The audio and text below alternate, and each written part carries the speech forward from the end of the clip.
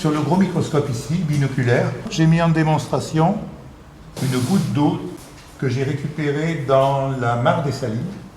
Et c'est au niveau des racines des herbes qui poussent au bord de l'eau. Vous avez toute une faune, une flore. Et là, vous allez voir des plantes mobiles.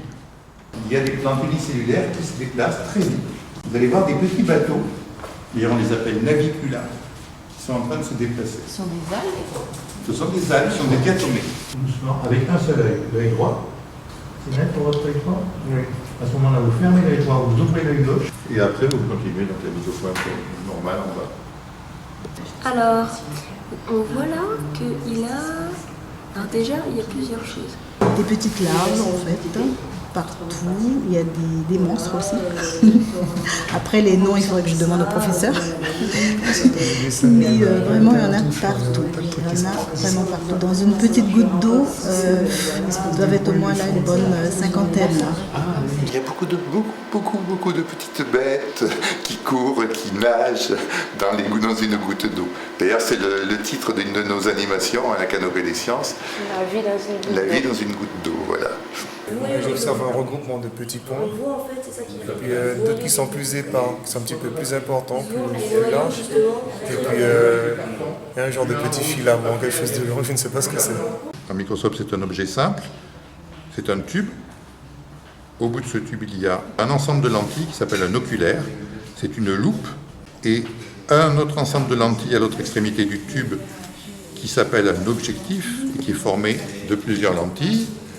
Et l'ensemble oculaire objectif forme le microscope. L'objectif est une loupe qui donne une image agrandie de l'objet, et l'oculaire est une autre loupe qui grandit une portion de l'image donnée par l'objectif. Ça s'appelle un microscope. Et tous les microscopes optiques, même les plus gros et les plus sophistiqués, sont basés sur ce principe.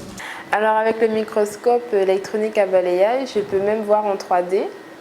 Et à ce moment-là, je suis en train de voir la tête d'une fourmi et c'est impressionnant parce qu'on voit vraiment le relief, la profondeur de l'image et c'est magnifique. Regarder dans un télescope ou dans un microscope, ça vous donne une autre vision de ce qui nous entoure. Ça permet de relativiser beaucoup de choses. Ses yeux sont rouges, elle est grande. Le moustique a des poils sur la trompe. Les moustiques, ça c'est vraiment intéressant. C'est ça ce que je voudrais faire quand je serai grand. Pour ça, je serai ingénieur. Qu'est-ce qui te plaît dans les sciences? Ça me plaît, c'est fantastique. C'est fantastique. Par rapport au microscope optique qu'on a l'habitude de montrer aux élèves, quelle est la différence avec ce microscope électronique à balayage? Le microscope électronique permet un grossissement jusqu'à 1 million de fois pour ceux que nous possédons, contrairement au microscope optique qui dépasse à peu près les 1000. Ça veut dire que dans le microscope électronique, on arrive à voir les cellules qu'on ne voit pas au microscope optique. Oui. Ben, j'ai compris qu'en fait le microscope électronique est plus performant que le microscope optique.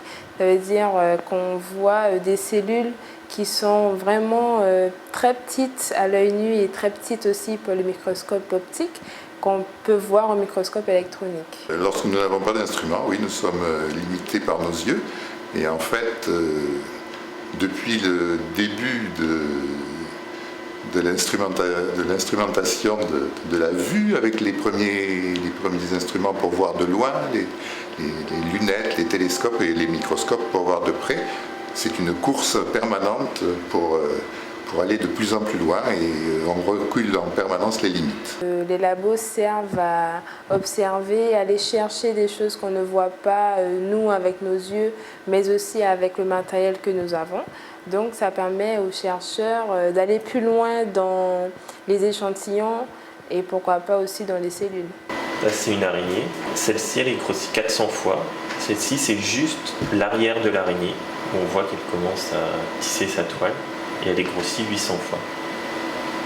Et là, on est de l'ordre de 300 micromètres. À l'arrière de l'araignée, à 50 micromètres. Donc là, c'est quoi? Là, nous voyons l'œil de la fourmi, et ceci est son antenne. Ça, c'est sa tête.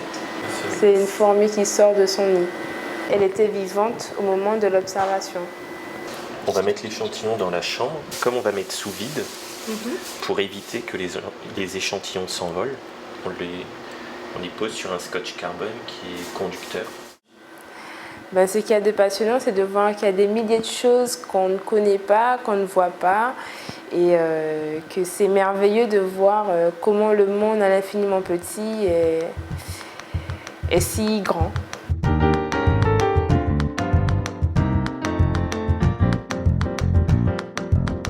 Il y a d'autres microscopes, des microscopes électroniques qui grossissent beaucoup plus que celui-là. Et au niveau de l'optique, on a fait des progrès énormes ces dernières années. Le dernier prix Nobel dans ce domaine a été attribué à des gens qui ont fait faire des gros progrès à la microscopie optique et qui ont permis de dépasser les limites qui étaient pendant longtemps considérées comme non dépassables de la microscopie optique. Je vois une chose grande comme ça.